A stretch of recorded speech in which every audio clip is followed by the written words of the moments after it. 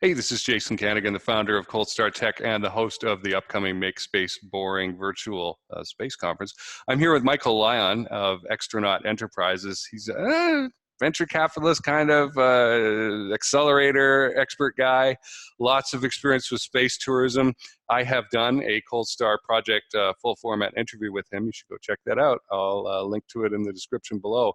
And I wanted him back on because he has got a game. He produces these educational games. And I saw his co-creator, who's a scientist, actually, on a Fraser Cain video, who's a kind of a journalist commentator on the space industry. And Fraser's been on the show as well. And he said, hey, I've got a Kickstarter happening for our new game and a little bit of exciting news. So I thought, hey, come on, and I'll share it with the folks who are, interested in the Make Space Boring conference, and let them see that it exists. And if you want to support it, there'll be a link that you can go to the Kickstarter and check it out. But let's talk about it. Michael, thanks for being here. Thanks for having me on. All right. So what is the game? What's the deal? Well, I started Xtronaut several years ago with Dr. Dante Lauretta. He's a professor at the Lunar and Planetary Laboratory at the University of Arizona, and he's the principal investigator of the NASA Osiris-REx mission, which is going to be collecting an asteroid sample probably in August. So we started this company because it's $1 billion mission, but NASA cut out the education funding at that time. So we decided to take a new space approach to space education and entertainment. And this is our 5th Kickstarter. This is our 4th board game. All our games have been award-winning games. We have a constellation game. They're for kids. They're all STEM related. Our games all have a rule book like this, but it also includes the science behind the games so that kids can learn about what's going on in this game. So Constellations, we won the Mensa Select Award with. Original Xtronaut game was our first game, and we won Good Housekeeping, lots of awards with that. And that game is about Delta V. It's about getting enough Delta V to complete different missions. So you collect. It's a board game. You launch from different parts of the. All right, let's hold it up. Yeah. And you build your rocket, so you have the right first, second stage, fairings and such, and the right spacecraft, and you can get Delta V by using thrusters or gravity assist and other sorts of real world science. And then we have over 30 different space missions. Actually, we're adding 8 new missions with our new Kickstarter, which is running now, to different parts of the solar system. And these are all scientifically accurate, where you have to get enough Delta V, and you can do gravity assist to certain places.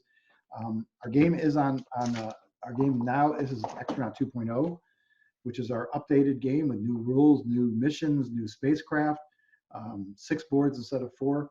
And that's on Kickstarter right now. And we have we're sponsored by the Planetary Society, which we're here. You can right now you come there, you can get a signed copy with Bill Nye and Dante Lauretta of a copy if you sign up for that.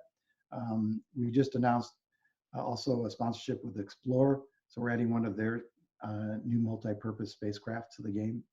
Our rockets are real rockets. They're everything from SpaceX rockets to Atlas Deltas, SLS. So you can learn a lot about space science and have fun at the same time. And we work a lot with the Boys and Girls Club. So we've donated over, so far, and this is March 26th, we've donated over 200 games to the Boys and Girls Clubs just with this Kickstarter so far. Oh, very, very cool, Michael. Do players need anything else to play the game, or is it all contained in the box? It's totally contained. And like I said, we use these in schools. Families use them. It's a great time if you have your kids home now.